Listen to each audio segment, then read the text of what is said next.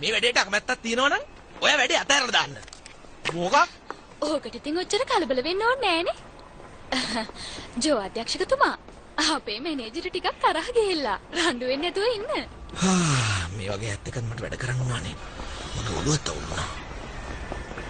මම කොහොමද මේ වගේ ආයෙත් එක්ක තවසයි දෙකයිනේ. ඕක අමතක කරන්න. චොන්සොන් ඊට අටට එන්න කිව්වේ. අයියා තාමත් ආවේ නැත්තේ. සොංගී නම් අද එන්න පරක්කු වෙයි. එයා එන්නේ නැති වෙයිද දන්නේ ආ? ඔයා නිවුස් බැලුවේ නැද්ද? වාර්ෂිකව ජනප්‍රිය පුද්ගලයන් විශ්වවිද්‍යාලයට ඇතුළත් වීමේ පුවත් අපට අසන්නට ලැබෙනවා. ඔවුන් විශ්වවිද්‍යාල තුල හැසිරෙන්නේ ශිෂ්‍යයන් ලෙස නොව ජනප්‍රිය තරු ලෙසයි. මේ වසරේ උසස් අධ්‍යාපනයට පිවිසි සොංගී දේශනවලට සහභාගී නොවූ බව විශ්වසනීය ආරංචි මාර්ග තහවුරු කරනවා. මෙහි සත්‍යතාව සොයා බැලීමට අප විශ්වසනීය ආරංචි මාර්ග මොන එකට දෙහෙට ගිහිලා තියන්නේ? ඒක නෙවෙයි මට ඔයාලට කියන වැදගත්ම දෙයක් තියෙනවා. ඔබ සොංගීව දැක්කා? ඔව් දැක්කා. ටීවී එකේ කමර්ෂල් එකක. එතකොට ඔබ මේ විශ්වවිද්‍යාලය තුලදී දැකලා නැද්ද? මේ දිනම් මම එකපාරක්වත් දැකලා නැහැ. එයා තාම අවුට් වෙලා නැද්ද? මේ ෂූටින් වල වැඩ නිසා මම මොනතරම් කාර්යබහුල වෙලා දින්නේ. කොහොමද දේශනවලට යන්නේ? ප්‍රකාශ කර සිටියේ දේශනවලට සහභාගී නොවීමට හේතුව දැඩි කාර්යබහුල බවයි. ඒකනේ. නමුත් දේශනවලට සහභාගී නොවුනද මා අතතිවැදී ඇගේ MMS පණිවිඩ වලින් තහවුරු වන්නේ ඇය බොහෝ විවේකීව තම කාලය ගත කරන බවයි. ඇය නිදහසේ කෝපි කෝප්පයක රස විඳින අයුරු මෙයින් දිස්සෙනවා. මෙවැනි අය තම සමාජ තත්ත්වය භාවිතා කර විශ්වවිද්‍යාලවලට ඇතුළත් වුවත් ශිෂ්‍යෙක් ලෙස තම වගකීම මගහැර සිටීම ගැටලුකාරී තත්ත්වයක්. SBC නිවුස් වෙනුවෙන් මම හාජන් වූ. ඒකනේ මං කිව්වේ පරිස්සම් වෙන්න කියලා. මං ඩිරෙක්ටර්ටත් කිව්වා ඔයාගේ සීන් ටික ඔක්කොම රැට කරමු කියලා. මට හිතෙන්නේ ඔයාද ලෙක්චර් වලට ගියොත් තමයි වඩා හොඳ. එහෙම නොවුනොත් තව දුරටත් ප්‍රශ්න ඇති වෙයි. හැබැයි අද මම ලෙක්චර්ස් වලට ගියොත් කෙලින්ම වැරද්ද පිළිගත්ත වෙනවා. මම පිළිගන්නවා. ඒ වුණත් අද මේක නිවුස් වලටත් කියන්නේ. මේක වැරද්ද පිළිගත්තා වගේ වෙන්න පුළුවන්. හැබැයි ඔයා නොගියොත් මාධ්‍යවල අයෝගේ පස්සෙන් පන්නන්න ගනිවි. එතකොට ඔයා මොකද කරන්නේ? ඒක ඔයාගේ නවටක් කළලා. ඒ හින්දා යන්න.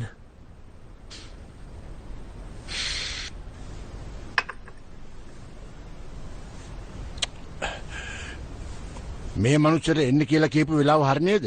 ඉක්මනින් එනවා කිව්වා. පාඩම් වැඩේ විරච්ච ගමන් මම මිනිහට එන්න කියලා කිව්වේ. මෙලහකටත් කෙල්ලෙකි පස්සෙන් යනවා ඇති. මෙහෙමත් මෝඩේ. ඒක නෙමෙයි අර shopping mall එකේ ඉඩම් ප්‍රශ්නෙට මොකද උනේ?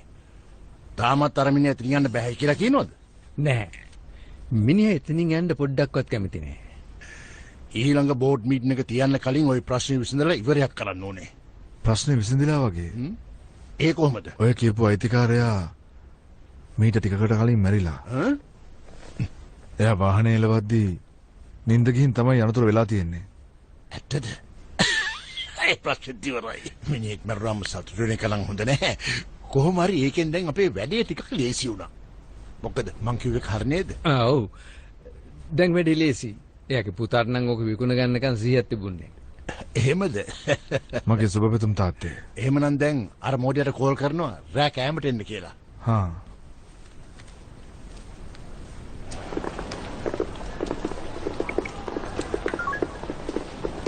අහව් මටත් ඕනුනේ ඒක තමයි. නෑ නෑ මගේ අකමැත්තක් නෑ.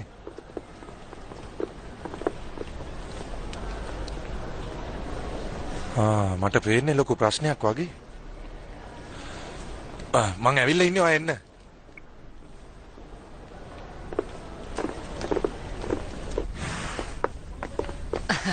Good morning madam. Good morning. Good morning. බලාගෙන පඩිපෙළ පරිස්සමින්.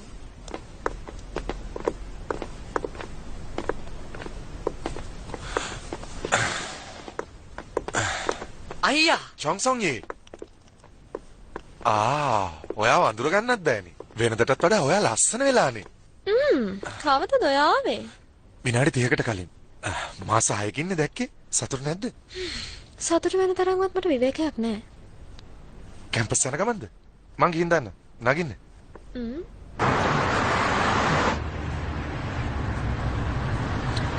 ගොඩක් සතුටින් ඉන්නවා වගේ පේන්නේ. සතුටු නැත්තේ මොකද? මේ පාර වැඩ ටිකක් අඩු කරගත්තා. ඔයා මෙහෙන් අවුට් වෙච්ච ගමන් අපි දෙන්න ඉක්මන් කරලා කසාද බඳින්න. අර ඉස්සර ටැක්සි එක ගම නවත්තනවද? ඒ කියන්නේ ඔයා කවදාවත් කසාද බඳින්නේ නැද්ද? මං එහෙම කිව්වේ නෑනේ. තීරණයක් තියෙන්න එපා. ඒක මගේ වැඩක්.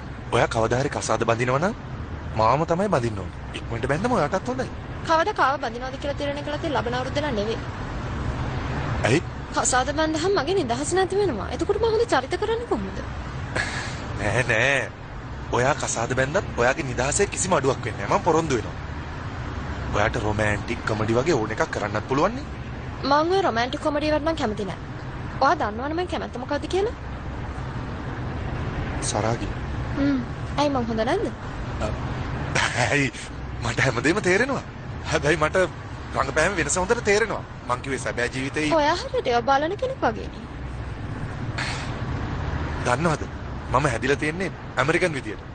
හැබැයි මට රංගපෑමේ සැබෑ ජීවිතේ වෙනස තේරුම් ගන්න පුළුවන්. මං හරිම විවෘතයි. ජීවිතේ තේරුම් ගන්න බැරි කෙනෙක් නෙමෙයි. තේරුම් ගත්තත් නැතත් මට ඇති වැඩේමකෝ. ඉස්සරහට මගේ හස්බන්ඩ් විතරක් තේරුම් ගත්තාම ඇති. මං තේරුම් අරගෙන නින්නේ. මතකද හතේ පන්ති ඉඳලා 10 වතාවකට වඩා ඔක මට කියලා ඇති. ඔයා කැමති ඉංග්‍රීසියෙන් කතා කරන්නවත් නැති එකේ මං කියන දේවත් අහන්නකෝ.